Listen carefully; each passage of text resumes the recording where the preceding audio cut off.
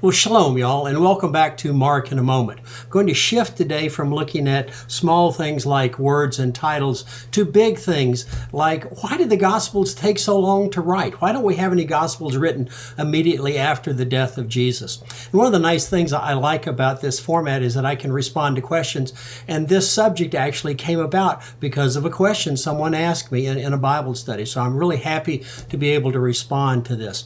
And I think it's a great question. If from our perspective today, we expect things in the paper, we expect things in the internet, we expect text messages, we expect immediate gratification of what we want to know.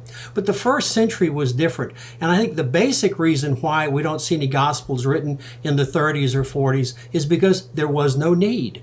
The culture saw an eyewitness as the best witness. And as long as the church was relatively small and local in Jerusalem or Judea, that was a great way. If you wanted to know what Jesus did or said, you could go to the synagogue and ask John or ask Peter, if you were up in Galilee maybe. And John would say, yeah, you know, at the day of the resurrection, Peter and I raced to the tomb, and Peter got there first, but I went into the tomb first. And you'd get the real details of what happened, and it's straight from the horse's mouth. So originally, there's no need because we depended on direct witness from the apostles who were there. Now, there's some limitations to that. John can only talk to so many people at a time, and John can only be in so many places at a time. So if you've got 12 original apostles, they can only be in 12 places. So that sort of limits the spread of the church. So when we see the church move geographically away from Jerusalem, there gets to be a need to somehow duplicate that witness. And we see this in Antioch. People in the church in Antioch, they're not quite sure, so they have to send back to the Jerusalem council to get questions answered. It's also kind of hard to communicate with all these churches that are dispersed. We see this in Paul. Paul writes letters to the churches that he can't physically be at. So as the church spreads, it develops different needs. The people in Antioch have different needs and different questions than the people in Ephesus.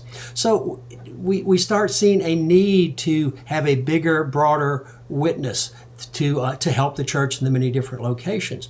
The other thing is that the apostles start dying. Now, John lives for a long time, we know that, but the other apostles are martyred or they die and their witness is lost. So someone says, you know, we ought to get this stuff written down because Peter might not be with us much longer or something like that.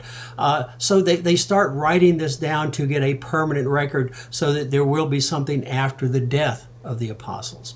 So once they start writing it down, once Paul finds out these letter things kind of work, then they start writing down the Gospels, and they have different communities. For instance, we think that Matthew was probably written to a Jewish community, so you can tailor the witness to a particular community and their particular needs.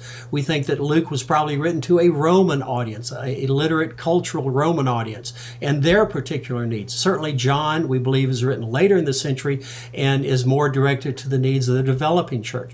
So why were there no Gospels in the 30s? Didn't need them. Why were there no Gospels in the 40s?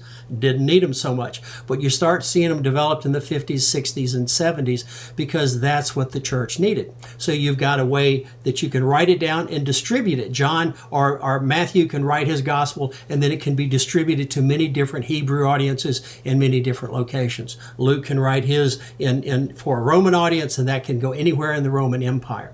The other thing that we need to keep in mind as the church moves geographically, the languages change. Now, Greek is a pretty much universal language, but it's still not the local language for each location. So that when you have a written document like Mark or something, and you want to send it to Egypt where they speak Coptic, then you can take Mark's witness, translate it into Coptic, and the people in Egypt can have a gospel in their own specific language. So I think you can see that the real reason they didn't have Gospels in the beginning was there was no need.